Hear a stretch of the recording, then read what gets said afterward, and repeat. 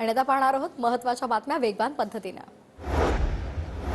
शिंदेगडाचे आमदार महेंद्र दळवी यांची अधिकाऱ्याला जीवे मारण्याची धमकी। वीज बिल वसुली करू नका अन्यथा जीवे मारू। महेंद्र दळवी यांच्याकडून सहाय्यक अभियंत्याला फोनवरून धमकी।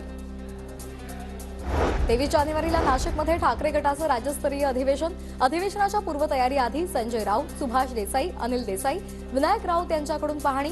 सातपूर परिसरातील हॉटेल डेमोक्रेसीमध्ये हे अधिवेशन पार पडणार आहे। काँग्रेसच्या स्थापना दिनानिमित्तानं 28 डिसेंबरला काँग्रेसची नागपुरात भव्य रॅली। सोनिया गांधी, राहुल गांधी, प्रियंका गांधी उपस्थित राहणार। नाना पटोले यांच्याकडून रॅलीच्या तयारीचा आढावा। सरकारकडून भारतीय कुस्ती संघ बरखास्त तर नवनियुक्त अध्यक्ष संजय सिंह यांचं निलंबन।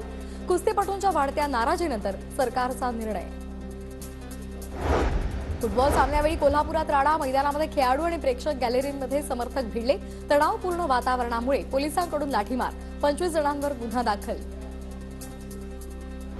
पुणे लोकसभेसाठी उच्च न्यायालयानं दिलेल्या आदेशाविरोधात निवडणूक आयोगाची सुप्रीम कोर्टात धाव। पोटनिवडणूक लवकरात लवकर घ्या, हायकोर्टाचा निर्णय। विविध मागण्यांसाठी शनी शिंगणापूर देवस्थानचे 400 कर्मचारी उद्यापासून संपावर।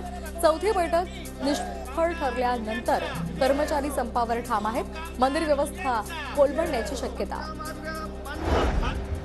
24 ते 27 डिसेंबर तुळजाभवानी व्हीआयपी दर्शन बंद असेल। नाताळ आणि नवीन वर्षाच्या सुट्ट्या असल्यामुळे गर्दी होऊ नये यासाठी मंदिर प्रशासनाचा निर्णय।